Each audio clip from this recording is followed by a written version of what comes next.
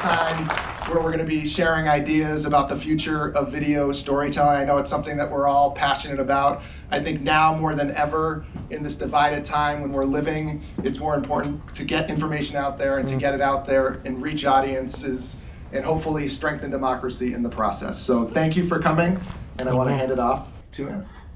We're so excited that you all are here. We really appreciate it. If you're local, that's awesome. If you travel to get here, we're really appreciative of that too. And yeah, connect with each other, meet some new people, and let's get going. Yeah, so we couldn't do any of this work without the massive support of the Northeastern School of Journalism, which has been on board with this project since day one, which was when? 2017. So we've had years and years of support from the School of Journalism.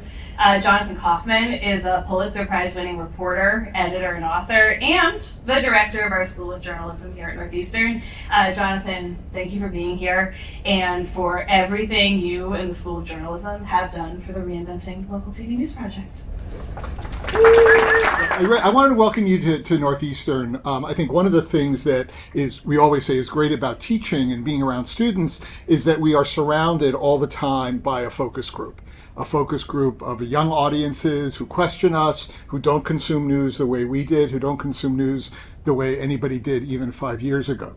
And I think that's one of the things that helps fuel a partnership with industry where we can bring some of those ideas. You'll hear some of them from the students, in fact, and the fellows today, and that they can kind of also work with you in industry to figure out how to have the most impact.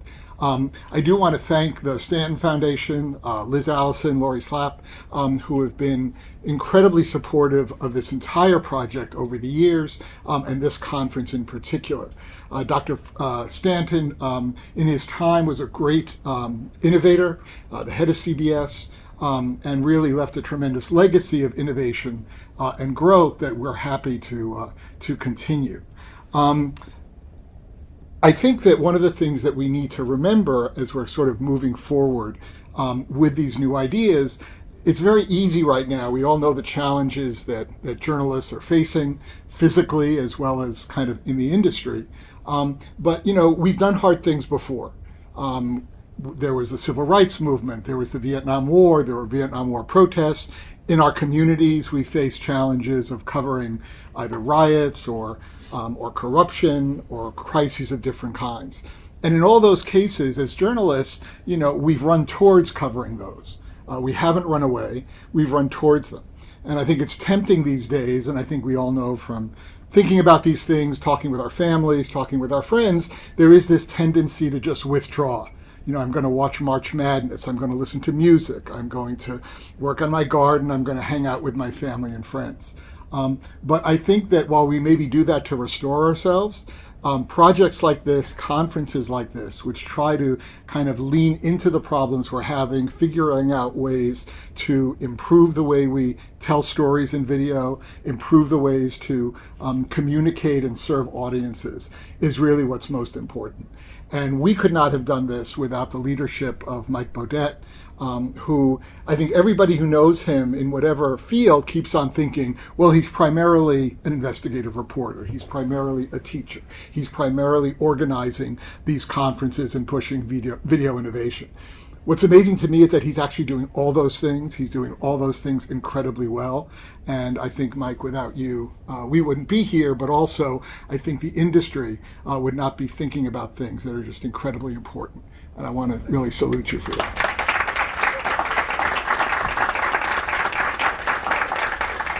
I want to turn it over now to two of our young fellows who are going to be leading and talking about these issues involving solutions and ideas that they've developed in their time in newsrooms. Two of them they both have strong Northeastern connections, which we're very proud of. Ziyu Peng and Gabby, Aidam. So hi, good morning everyone. My name is Ziyu Peng, and I graduated from the Media Innovation and Data Communication program in Northeastern from the last year. And I'm the designer behind this logo. So the biggest takeaway I got from the journalism school is to always rethink the way you tell your story. and which is the main idea behind this logo.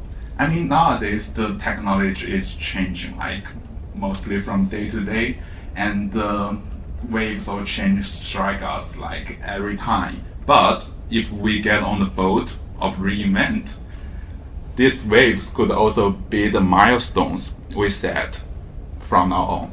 So yeah, that's the main idea behind that. And when I was designing this logo, I always try to think, okay, how can I make a new way delivering the information?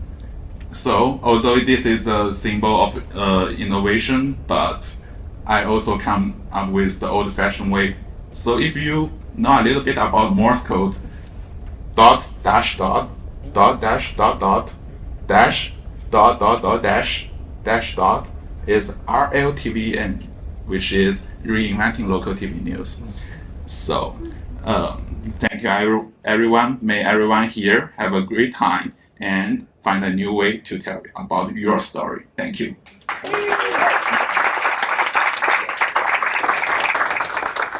Hello everyone, my name is Gabrielle Aidam, or Gabby for short, and I am an animator who was a previous fellow, part of the RLTVN project. And so hearing everything Ziyu had to say, I was really inspired by like his thinking, and I wanted to capture that in the animation. And so I basically brought the logo back to its simple forms in the Morse code, and really wanted to hammer in that idea of communicating messages through the visual logo.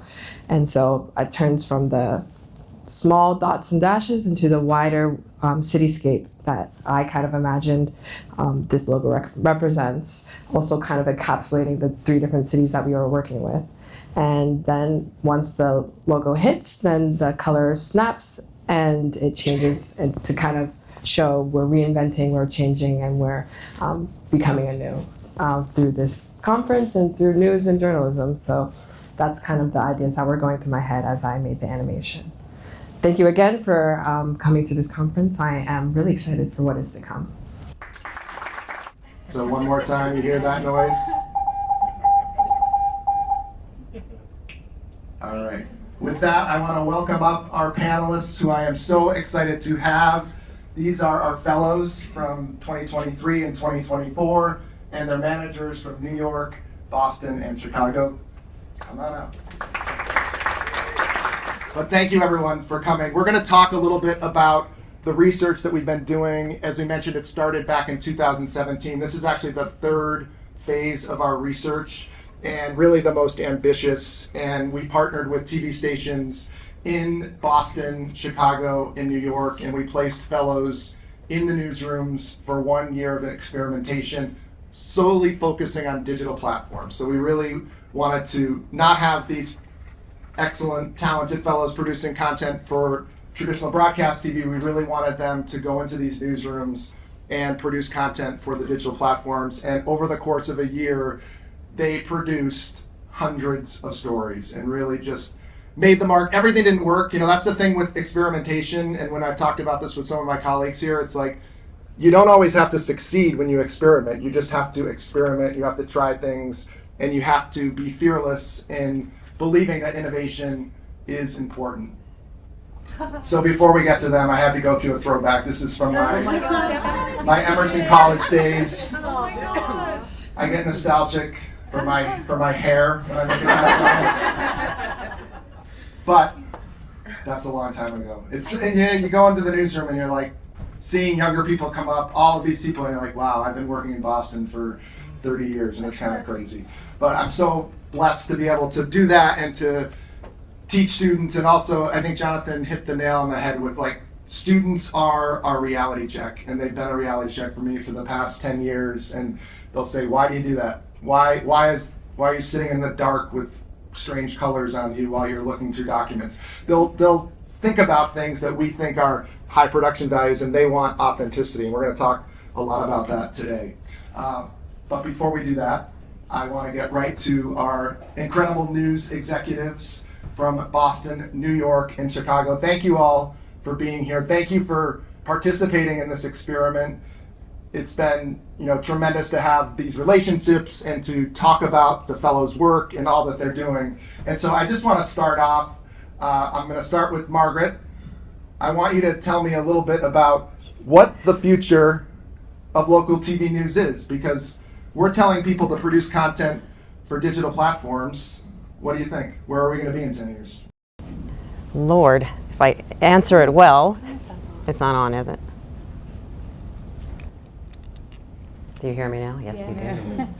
If I had the answer, Mike, I would be very wealthy. I guess I'll start by saying, obviously, I don't have my phone with me, which, by the way, is very difficult, but I made myself put it in my purse. But if I had it, I pick it up all the time when I'm preaching or just chatting with our staff about how this is what we have to focus on, not this. And what I'm pointing to is the 5 giant monitors in my office. Obviously, a lot of people still do watch TV. A lot of people, especially younger people, are watching TV because they're streaming a show, they're binging, whatever they're doing, not necessarily watching news. So we have to be, this is, I know, nothing new to people, but we have to be where you are, where every generation is, but so many people are either on their phone or their tablet, whatever product they love to use. And so 10 years from now, who knows what the phone is going to be. But whatever that product or those products are, where people are getting their news, maybe it's the Meta glasses from Ray-Ban that you can somehow tap into the internet on. We've got to be there, because if we are going to survive as an industry and obviously continue to inform, educate, have an impact, we have to go where everyone is, younger and older. So I think 10 years from now, again, we're moving so fast. I've been at WCVB now as news director for 3.5 years. And Mike and I talk about this. I can't believe how fast things have changed, even in just 3.5 years. And we are not only working on really important strategies for our digital products when it comes to getting content out there as fast as possible, but we are also building AI products, because that's got to be part of the industry. So we are just moving at the speed of light. So really, when you look at 10 years out, just, I'm sure some of you in this room, and I sure hope so, I'm sure you are developing those products that over the next 10 years we are going to have to bring on as, part of our offering. But my prayer is that through it all, especially, the times we're living in right now are, a bold reminder, are that there are amazing young people like those of you here and throughout the nation that are going to be motivated to tell their stories and tell the stories that matter to communities, because for our nation, our world, to survive and do well, we have to get information out there so people can make choices. So 10 years from now, a lot of new technology, hard to predict what it is, but I do believe we have amazing people out there who will be, I think the industry will survive, it will thrive. There will be, I'll just kind of close with this, I think Nick and Kathy would agree, and the other television news people in the room, there won't be as many offerings when it comes to, when I say as many companies who likely will be leading it, because the market is so saturated, and we already see some companies shutting down, selling. I will proudly say Hearst will not be one of those. Hearst is in it for the long haul. So it'll just be very, very interesting, but important. So please stay in it and kick some butt and tell some great stories. As simple as that. Thank you, Margaret. We're going to pass it down to Kathy Shawcross, who is the Director of Digital and Streaming for WCBS, and she got stuck on the Acela for 3 hours yesterday. Sure did. Yes, you get extra Halloween candy. Sweet. So Kathy, you're in the middle of digital and streaming. That is your world. Where do you see things going? Well, Margaret said it beautifully. I think that, well, first of all, let me tell you a little bit of my backstory. So I started as an associate producer and then a producer in the business, really focused on broadcast. And 3 years ago, I was given the opportunity to really dive into the digital aspect of our business and, most importantly, streaming. And what I always tell people, including Maggie, is that the streaming audience is very picky, yet very forgiving at the same time. In that if we're feeding them something that they don't necessarily want, we are able to see real-time analytics and look at people turn away at the drop of a dime. If we are on something that, we've invested in, but might not be exactly what they want to see at that moment, they will turn away. However, the minute we give them what they're asking for, they will come to us and bring their friends and everybody else. And we've seen that in breaking news, leaning into breaking news and really meeting viewers where they are. Like Margaret was saying, we have to make sure that we're going to all of the platforms that matter now. One thing that actually really surprises me in the streaming audience too is that a lot of our viewers are watching us on connected TV. So they're not just on their phones, they're not just on their laptops, but they're getting the information from us where they're most comfortable. And then when we're able to feed it to them through a push alert or through other means as well, it's really great to see the instant gratification when we give it to them where they want it. So yeah, I think we just have to continue leaning into those avenues and really, like Margaret said, to meeting people where they are and continuing to do that, because I don't know where it's going to be in 10 years. But I'm excited to see and be a part of it, yeah. For sure. And I want to pass the microphone to Neka Nwosu, an old friend from WCVB who moved to Chicago and then became one of our partners as assistant news director, and now has risen up to vice president of marketing at WLS in Chicago. The big question I think everyone has is, how do you reach younger audiences, right? I talk to my classes, journalism students, people who are doing video. Do you watch the news? No. They don't watch it. They never sit down 6, 10, 11 morning. They're not turning it on. So how does the industry connect with those younger people? I think the best way to connect with young people, and we're already seeing it, is not only meeting them where they are, but the content has to be different. We have to kind of show how the sausage is made, which is the antithesis of what my journalism professors told me 20 years ago. Because back then you didn't want to let people know what information you had because you wanted to surprise them at 11. And then, once they tuned in, we'd tell them, but you have to give people little breadcrumbs along the way. I think that's one of the ways that social media is really effective, because you can kind of go behind the scenes, show people the process, and then that helps to legitimize you all as journalists. To Margaret's point, yes, there may not be as many big companies, CBS, ABC, Hearst will probably still be there, but some of the smaller companies may no longer exist, but you are seeing a lot of content creators or smaller digital news outlets, and they are showing you kind of the backstory. They're showing things in the newsroom, they're showing how it's put together, and that will legitimize you as a journalist, because the guy in his basement doing the blog who has millions and millions of followers, they don't have checks and balances, and that, I think, as we show people how we put things together, will help with the issue of misinformation, which I'm sure we'll get into. But having Angela this summer, we covered the DNC, which was in Chicago, and she showed behind the scenes of how we were putting together this massive operation of covering the DNC, and I think that was one of the most effective video series that she did, because it shows people, no, we're not just going up there and feeding you whatever the politicians want you to hear. There is a whole operation behind getting you guys that information. So I think I think both the other panelists talked about how we're going to we might change on television technology-wise. I think that's really how the content needs to change. As far as, okay, so then what do I think will happen in 20 years? So 20 years, I was in graduate school at Columbia, and I graduated in 2006. I took a class called Reinventing TV News, actually. And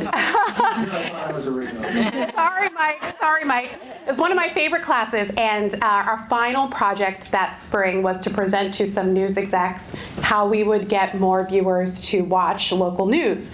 So my team and I pitched an idea. Remember, this is 20 years ago, so some of you guys, this is not going to sound innovative, but it was at the time. So 20 years ago, we pitched this idea where, remember TiVo? Are you guys too young for TiVo? Okay.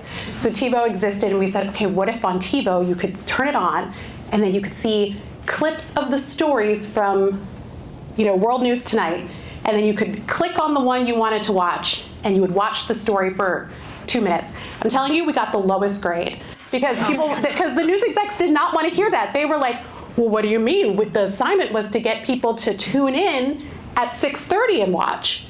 And we were pitching something that was far beyond its time. So at the time, it sounded crazy. But now I'm like, I'm a freaking genius. Like, I should have sold that. But the point is, it's the young people who know where it's going to go, right? Like, at the time, that blew their mind. And now, that's what our websites are. That's what our apps are. When you go to abc7chicago.com, I watch it on my smart TV, too. I cut the cord in Providence when I was making $37,000 a year. I couldn't afford cable, so I cut the cord, and I have not had cable since. So, it's normal for me to go on and watch on a television app, and I can click and watch what I want to watch. And that's just what the audience is looking for. On demand, when they want it. Like you said, if they see something they want, they will watch it. If they don't like it, bloop, they're out. So the innovation's going to come from you guys. So even if we tell you it's a bad idea, you probably know that it's a good one. It's so true to listen to the young people. I just wanted to put this graph up from Pew Research Center because I think it really cements what we're talking about here. It's like, this is from last year, and it's looking at news platform preferences, and you can see digital devices are top of mind for most US adults, and TV behind, and then radio and print just even farther behind. So I think that does give it a little perspective.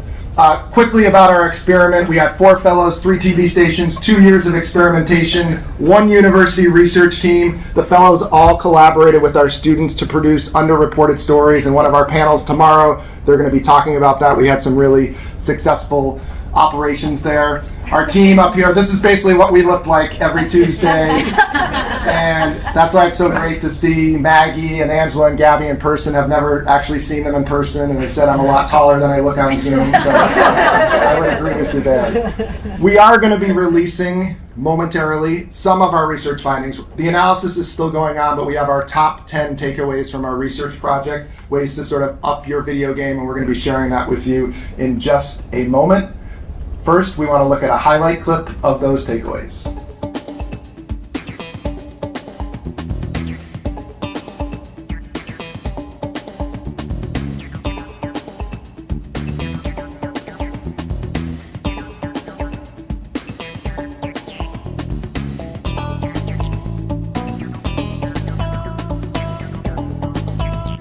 Albo is the co-founder of Puppy Sphere, a place where people can do yoga around puppies. They give you a burst of joy and love, and they actually boost both serotonin and dopamine.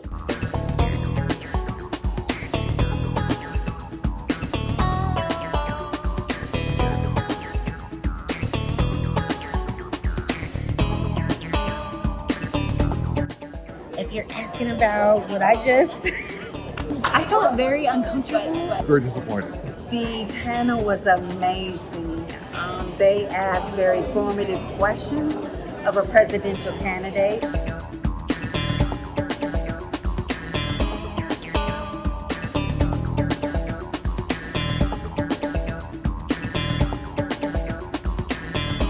Ready with me as we get ready to be a Lexington Militia reenactor. Hi, my name is Steve Cole. I'm the Captain Commanding of the Lexington Minutemen Company.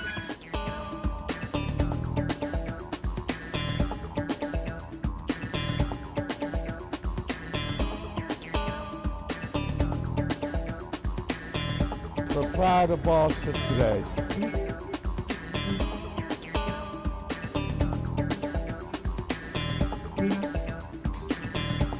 Enjoy it and run hard.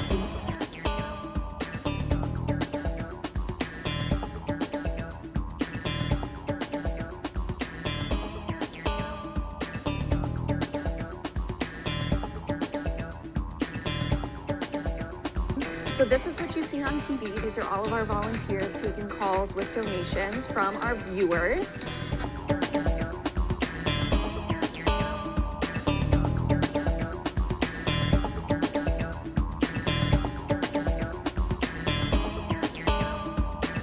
Haven't seen her in months and months, so yeah, she's going to walk up here any minute. She just got written up last week in the New York Times, Melissa Clark.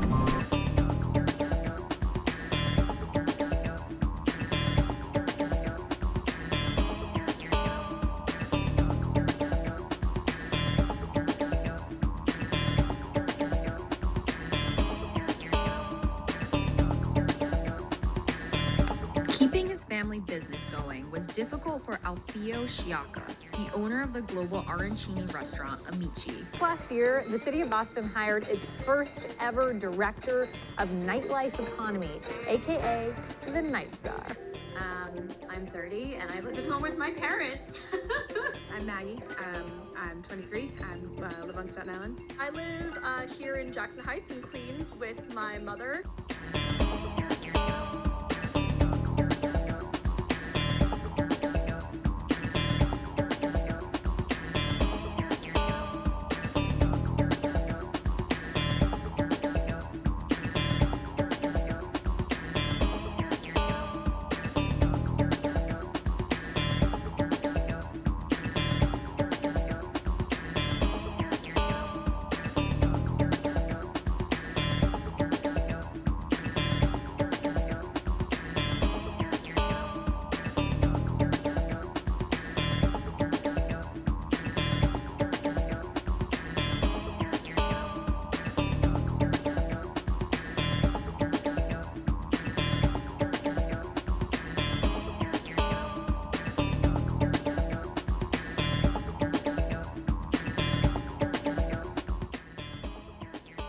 Dear Belichick, thank you for coaching the Pats for my entire life and showing me what it means to be a winner.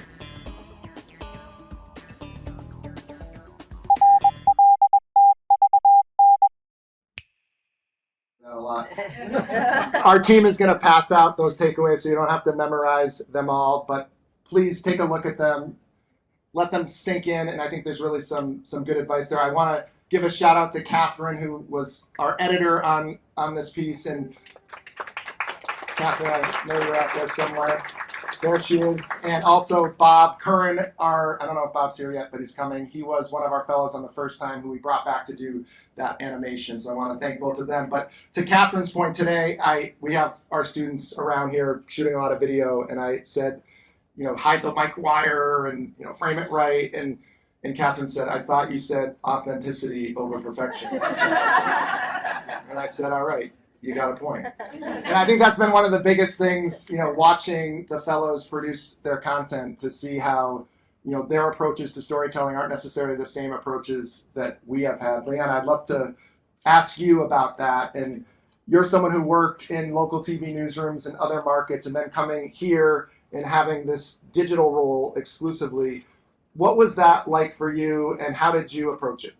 Yeah, I think coming from an MMJ background, running and gunning every day, 2 stories by 6, live at 6, you're always kind of looking for the perfect TV soundbite to fit your timeline. And then transferring into the digital role, I'm really looking for moments where people are just themselves that I maybe didn't have the time to work into my traditional package when I had a very limited amount of time. But I think people are just really looking for authenticity, and I think younger audiences in particular can smell fakeness from a mile away. And I think giving people an opportunity to be themselves. So in the video where you saw the Get Ready With Me with the reenactor, there's a moment at the end where he's got somebody helping dress him and he loses a button. He's like, oh, lost a button. Well, that's okay. And I keep it in there because I think it just shows, it's an example. It's humorous and it's light, but it's also kind of just real, and it's part of our humanity. And so I think having the time also to work on these pieces, to be with the subject for a little bit longer and then to spend maybe a little bit of more time editing, gives me an opportunity to let those moments breathe and just, let people be themselves. And I think they also really look forward to it. Like, I try and tell them, like, just be you. And I always try to tell people that no matter when I'm interviewing, but I think they really relish the opportunity to just be themselves and let their true selves be showcased. So I'm really try to highlight moments in my videos. Great, and I do want to congratulate all of our fellows for finding work in their field when the fellowships ended, including Leanna, who was hired on at WCVB, and Maggie, who was hired on at WCBS. Maggie, I'd love to pass the microphone down to you. You're someone who didn't work in a local TV newsroom before, so you're sort of navigating this in the top media market in the country and trying to go in there and do things differently. How did that work out?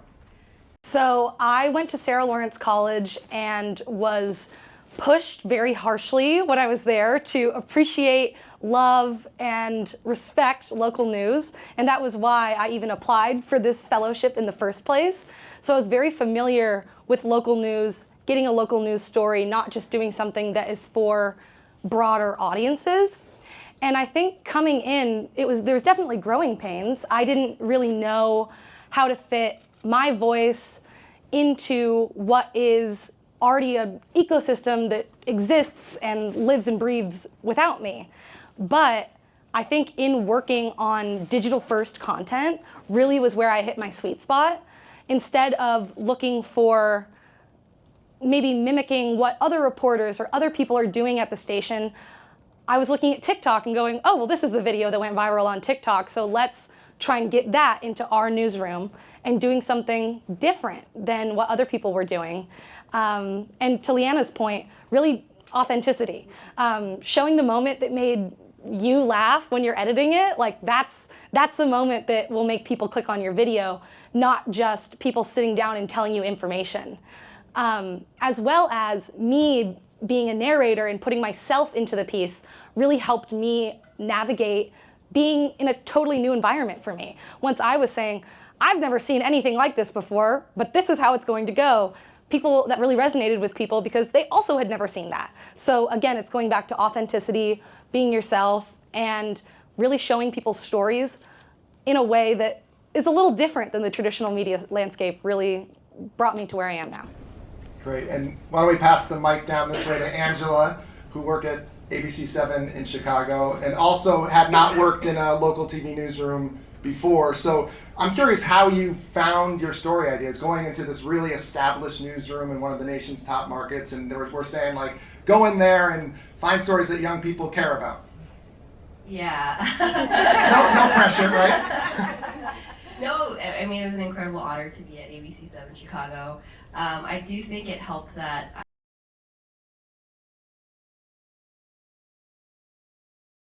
so I at least had lived there for a year, and while I was there, I was doing video journalism. So I was kind of had a general idea of the city already, and when I was there, I was also consuming local news content. So I think having that kind of background going in definitely helped when I first started. When I didn't really know exactly where to start, I think I really just kind of went with my gut interests. Honestly, like, oh, what are the questions that are popping into my head? What am I thinking about when I'm wandering around the city? When I'm talking to the locals around me, what are they talking about? What are they concerned with? As well as like the news and content I was reading, what is it that I'm not finding that I want to find? And I think starting there kind of helped me navigate the story that I wanted to tell. Obviously, like considering the news peg as well as like depending on when the time of year was, so yeah. Sure, thank you. Why don't we pass the mic down to Gabby? And while we're doing that, the one thing that struck me about having younger people in newsrooms is just the fact that you have to appreciate their perspectives and their ideas. We've been saying this actually with our last phase of the research, saying hire millennials, hire Gen Z, if you want to connect with millennials and Gen Z. And I think that is really important, that when you're looking around at your newsroom, do you have the people in your newsroom producing content, the incredibly talented? I can just say for my students, we have so much talent. And so hire them, let them lead the way. Now, the woman who was the most busy during this entire fellowship, the way it worked was we had the 3 fellows. Our last phase of the research focused on animation. We have those fellows we'll be talking later in the conference, but we wanted to continue adding animation into our stories because we proved that it really helps audience understand and remember facts. And so we brought in Gabby, who also is a Northeastern graduate, but she had to work with all 3 television stations. So Gabby, how did you, I would check in and be like, are you okay? Like, how did you manage this? Sorry, can you repeat that? How did you manage doing it? How did I manage it?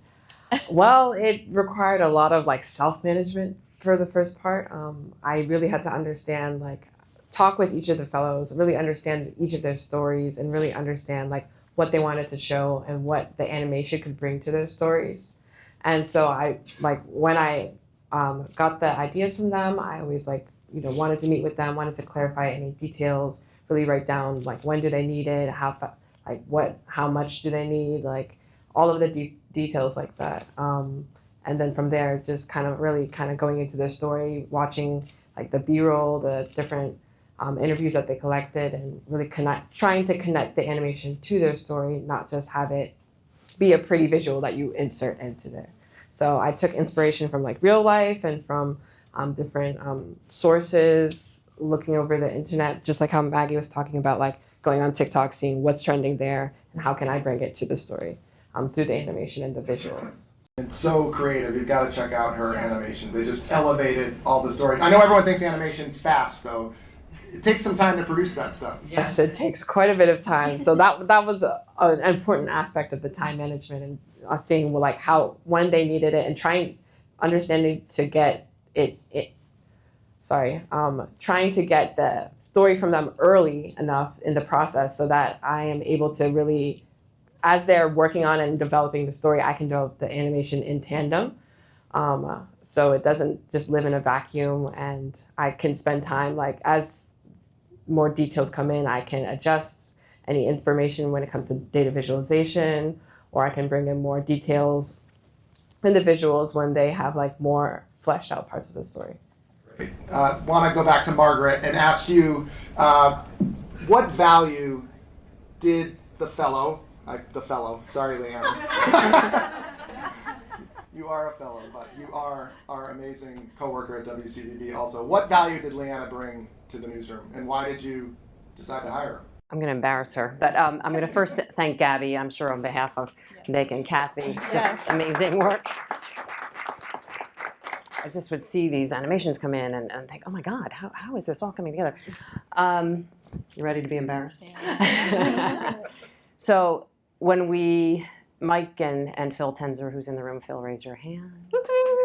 And our digital content manager. I also want to say that Ernie, our VP Digital for Hearst Television, is here. So thank you, Ernie, for the support. When we decided to do the project and we were whittling down to the finalists, and Leanna was just the slam dunk. We just felt it. And I will say, I wasn't sure. She was coming out of Roanoke, Virginia, didn't really know Boston. What is this going to look like? But she just had this vibe about her, and we just felt like this is going to happen. And you hit the ground running. What it brought to our newsroom was amazing amounts of creativity. The videos that she produced, so many, we can't count, have made such an impact. So I'll talk about the video for a second, and then I'm going to jump to her as a person.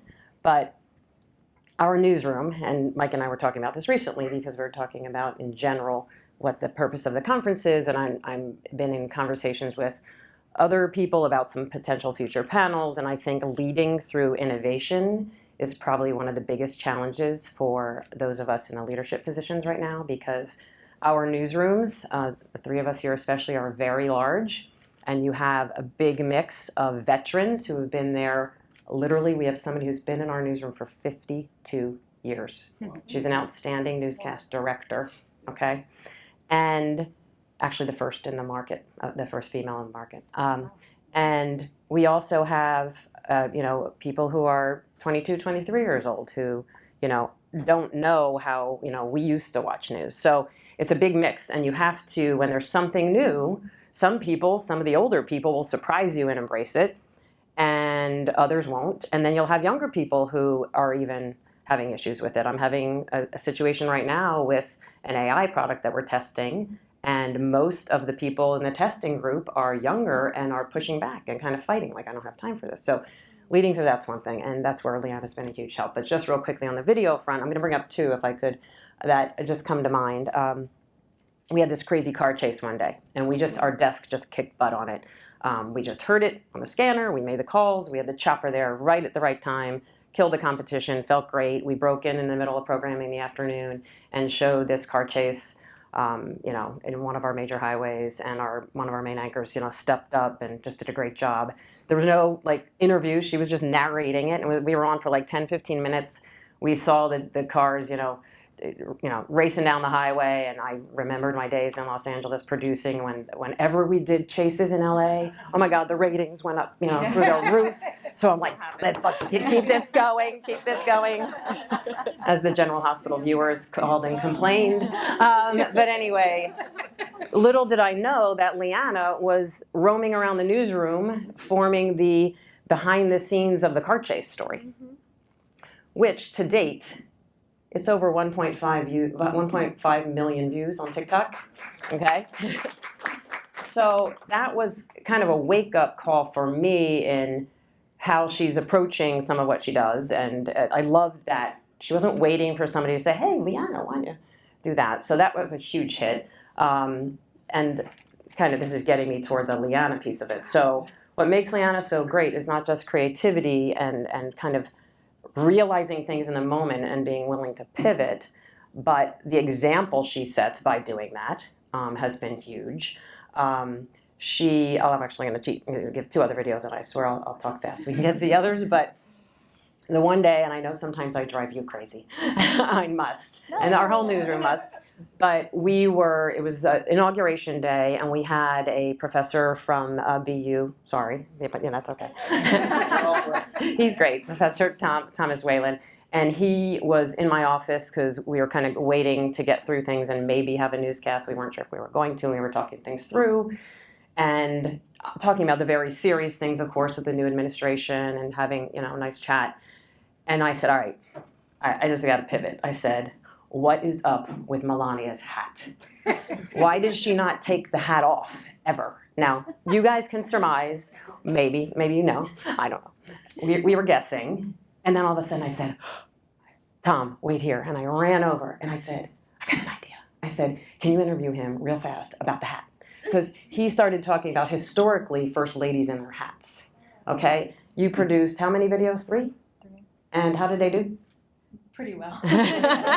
So in the moment, things happen in your newsrooms where you're like, wait a second, maybe we'll do something a little bit on the hats, but this could really take off on digital. And so those things happen. So I just gave 2 of things happening just in the moment. This one I'll end with because it also speaks to who Leanna is. And if those of you who want to get into this line of work, being like this is a great thing. So the third thing is the movie Twisters 2, right, whatever, last summer was doing pretty well. And we tried to figure out something we could do to play off that. And Leanna worked with 2 of our meteorologists, and they put Twisters to the test, what's really, you know, real meteorologically and what's not. And what happened was Leanna worked with these 2 meteorologists, who, by the way, have great personalities and were really fun. It did very well, but it was all of a sudden a click for the whole newsroom. So she has become a coach. You know, she's really taught our people how to make this kind of video work. And people are now gravitating toward Leanna because of the creative stuff she's producing, but also because of her approach. So come in, put your head down, get your work done in a lovely way. Be kind and motivate people, and just, you know, success breeds success. And she's a great example of that. Her success is now encouraging our reporters to get busy. And so I'm going to end by saying thank you so much. Thank you. Thank you. Yeah. And I think that's what's been so fun personally about this entire research project is that we're able to like free newsrooms up, right? We're able to say like, just play with us, right? Experiment with us. We're paying their salaries for a year. We're putting them in there. We want to experiment. We want them to go free, to break the rules, and then to see the success. Kathy, I want to talk to you. You're in the middle of digital, and then you have someone like Maggie come in, and now you're keeping Maggie on board. What does it add to your digital product? It adds a lot. It adds a lot. What I was going to say quickly too is that there are a lot of instances where we pick and decide a story that we want to lean into digitally, and we'll already be covering it with somebody on broadcast. And there were a couple of times, I can't remember how many times, but there were definitely a couple of times where somebody in the newsroom would sort of raise an eyebrow. Well, I'm already going there. Somebody else is already going there. Why are you sending Maggie as well? And it was very clear to us why we were sending Maggie as well. And because Maggie has this vision for streaming and digital, and the way that we tell stories through Maggie's perspective is meeting people, you know, on specific platforms. And Maggie has been doing a really good job of doing point of view storytelling. Yeah. And I think that's what works incredibly from the stories that you pump out on a day-to-day basis. What was one of the most successful ones that we loved? Ellie the Elephant. Ellie the Elephant, yes. So the Liberty was insanely successful this past year. We went to the parade, and Maggie's mission along the way before they won, right? Yes, was trying to unmask, but not really unmask because Ellie never takes the costume off. But Maggie's way of telling that story and bringing it to people was just brilliant and very visually appealing and just stylistically innovative, and it was wonderful. And how many views on? That was 500,000 on Instagram. We had almost 1 million on TikTok. That did fabulously for us. That was my best performing video. So what's great is that when we decide to send Maggie to a story where we're otherwise already covering in a traditional broadcast format, there's no question about it anymore. There really isn't, and we will continue to do that, and that's why we decided to keep Maggie on board and continue to use their expertise in that visually stunning way. So it's been a really fun ride. Wonderful. Yeah. If you could pass the mic down to Naka. But yes, excellent job, Maggie. All the fellows have done such incredible work. Naka, I'm wondering, you know, from this experiment, what advice would you give to other newsrooms that say, hey, this seems interesting. How should we approach it? Well, to the points that were made by Margaret and Kathy, I would say that every newsroom, going back to the predictions, is going to have a social media or online correspondent in the way that these fellows operate. Because, like you said, our reporters are so busy just covering their news of the day, and you don't get that opportunity to tell the story of the mascot or, you know, behind the car chase. And that's that behind the scenes type of video that I was talking about earlier that they don't have time to do. And that was one of the things that Angela really brought to our newsroom, in addition to another point of view story. I'm sure you guys heard about the migrant crisis in Chicago, and the governor of Texas, you know, treating people like cattle and sending them up to Chicago. Anyway, that's a story for another day. But Angela was there in order to humanize people, which you don't always have time for, right? You're responding to, oh, we just got another busload. Okay, it's breaking news. Let's go, let's go, let's go. And then she followed a man for a day and told his migrant story.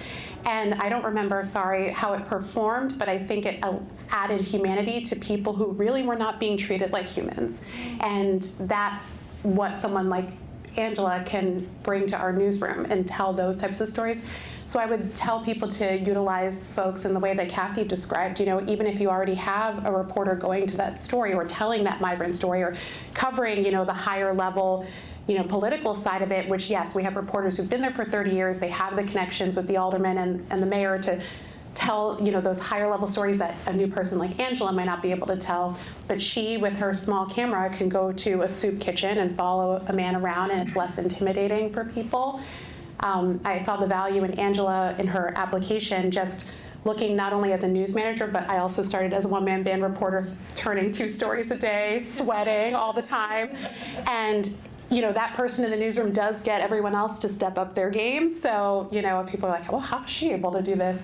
But I recognized her skill in shooting. I knew that she could do it, but also knew that I couldn't use her in the same way that I would use, you know, a more seasoned reporter. But that she had some expertise in areas that other folks didn't. As far as story ideas with Angela, it was very helpful for us, at least I found it helpful, I don't know about you, to meet we talked every day, but we met weekly very intentionally to talk about what stories she would be working on, what things were successful, and even just sometimes riffed about things we noticed, like, oh my gosh, isn't rent so expensive? I know, and then, or it's so expensive to spend a day in Chicago, and I think somehow in that, became the idea for spending $40 a day. I think I tried to get her to do 20, and we both were like, that's impossible. Like what? Take the train for $2.50 and then have a slice of pizza, and that's it. But anyway, so I think she ended up doing $40 a day. But those organic conversations were really important because I do think, sorry, this is going to sound controversial, but there's an over-reliance on TikTok for story ideas. Every single reporter or producer gives me a story idea from TikTok. Try to find a story idea somewhere else. Talk to people in your neighborhood. I found out that President Trump was staying at Trump Tower in Chicago during the DNC at drop-off for my kids because someone who worked for the city casually mentioned it, and I told my I-team to look into it. And he had made this big deal about Chicago's this terrible city, and he was staying in Chicago. So, and then of course changed his plans, right? Because the RNC was in Milwaukee, so you can take a quick helicopter ride there. But that's how you're not. If you already found it on TikTok, there are already thousands of videos like that exist on TikTok. And I'm sorry, people aren't coming to WCVB or ABC7 Chicago or WCBS for what a content creator is reporting, but they're coming for that background story on the car chase, right? So you have to think the way that these fellows did outside the box, not just TikTok, but look at the world around you, talk to people at drop-off, talk to people here. Someone will say, I just went to Whole Foods and there were no eggs. What? That's a story, right? So you really have to, I know that's kind of like Gen Z and millennials, we don't really talk to people anymore. You gotta talk to people. What was my other note? Yes, I think that's it. So, yeah. Well, it's a good point. To your point, I always tell the students too, email is great. I do a lot of reporting through email, right? But sometimes you have to pick up the phone, right? You have to go to the neighborhood to get the stories and sort of experience all that. So. Yeah, I think, we did find stories online, but I would say a lot of good story ideas just came from our conversations about things we were noticing. I'm sitting here and I love everything that both of you guys said. It's really key to what we're talking about. The one thing that hit me, I talked about twisters, a car chase, and Melania's hat. And so, yes, we are Boston's news leader. But they're great stories. But one, all of a sudden, it popped into my head. What's so amazing about what we're doing here is that the really serious, important stories we can do in a way with vertical videos that we typically don't do on television that can really get people talking. And I'll take us back to the election in Massachusetts. We had 5 ballot questions that were really important, and they were hard to understand because I'm sure when you go to vote and you had to read through these referendum and say, all right, which does yes mean really yes, or what am I doing? And so we decided to partner with our local NPR station, WVUR, and Leanna joined the team, and we came up with a broadcast strategy and a digital strategy. And what we loved about what Leanna did with it is she made it real. Did you go to Boston Common that day to do that? I'm going to let her tell the story about how she did it, but it really was impactful, and it targeted young people, and to us, hopefully encourage young people to vote. I'm big on visuals, and I like to take inspiration from non-news creators about the way that they and trying the stuff that catches my eye while I'm scrolling. Can I apply that method of storytelling to something for news? And so I really enjoy when people go out and just quiz people in the community. So I made little cutouts that represented each of the ballot questions, and then I threw in one extra one about happy hour, because there's no happy hour here, but it has been talked about in the legislature before.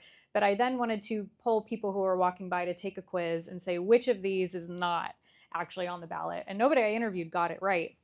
But it offered an opportunity to then have a conversation and then let people know about the coverage we were doing with WBUR, where there was going to be full interviews on both sides of the issue so people could really fully understand before they went to the polls. So it was kind of a lighthearted approach. People sort of poked fun at well, I need to do my research, and reiterated the importance of voting. But it was a way to talk about each of the ballot measures in a way that had a visual representation and had an interactive opportunity. And a lot of the people that I stopped and talked to were young folks who were in the park, including some people who were voting for the first time.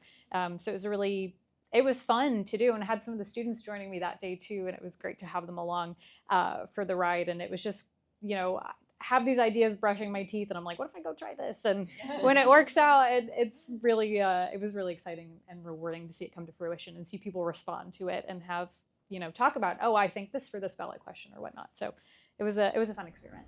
Great. Why don't we pass the mic down to Maggie?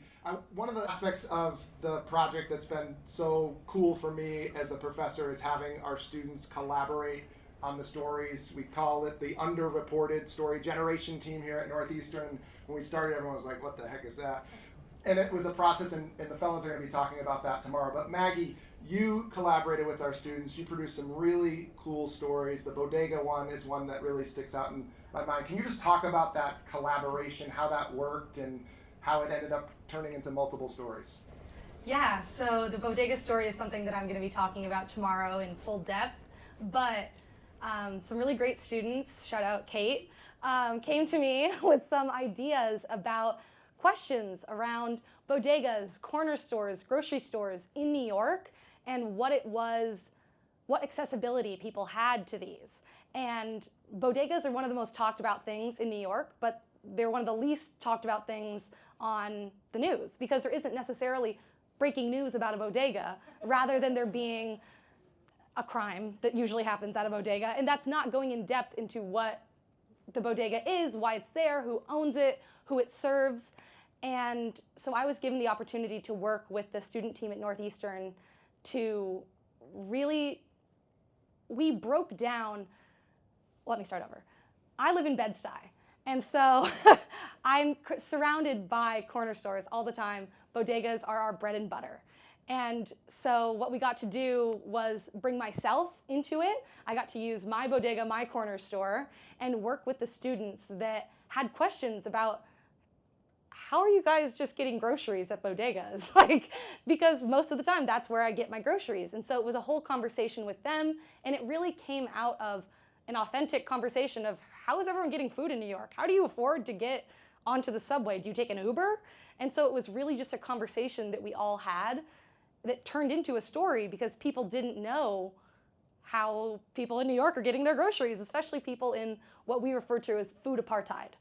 And so I really got to work with these wonderful Northeastern students who helped me go through data, look through where all these bodegas were, and just get on the ground running and find some really great statistics. And it ended up being one of my best performing stories.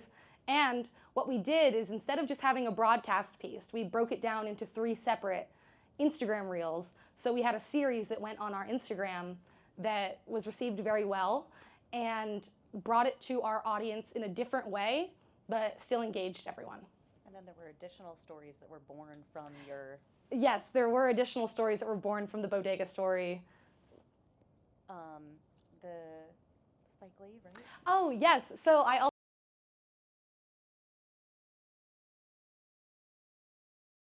So Spike Lee does frequent the area a lot. And because we were there, we worked on block parties. So that was how another story came to be from it, was that Spike Lee had a anniversary for Do the Right Thing and had an enormous block party that shut down basically all of Bed-Stuy. It was fabulous. And that I don't think would have ever come to fruition without the bodega piece, because we got really into the community. The students had questions about, wait, what are all these block parties? What is this block party that you got to go to? And again, it was brought out from an authentic conversation and led to a really well-performing story.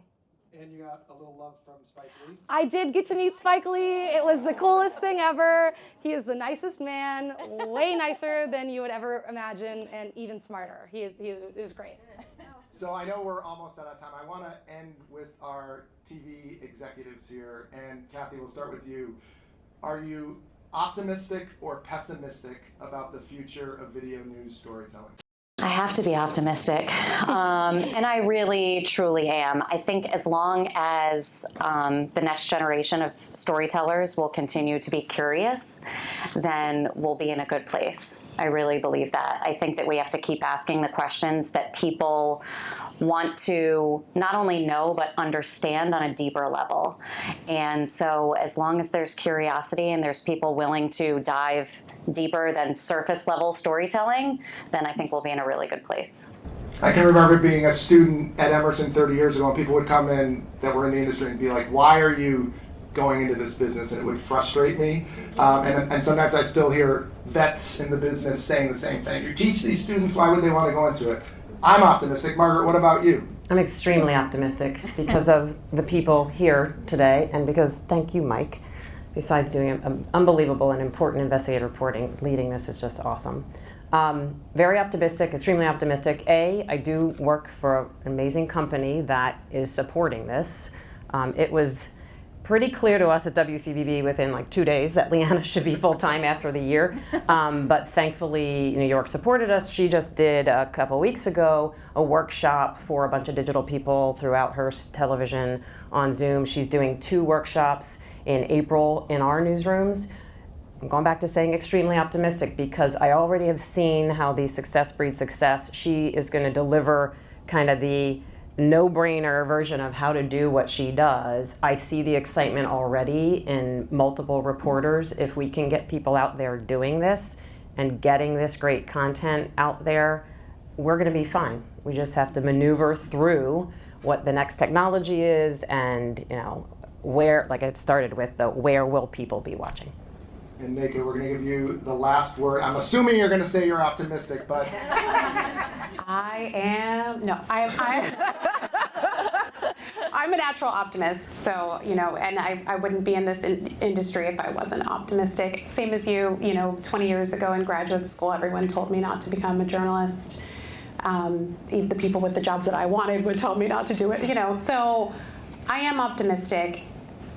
Journalism hasn't changed. Our mission is the same, right? To inform. We want to create an informed democracy.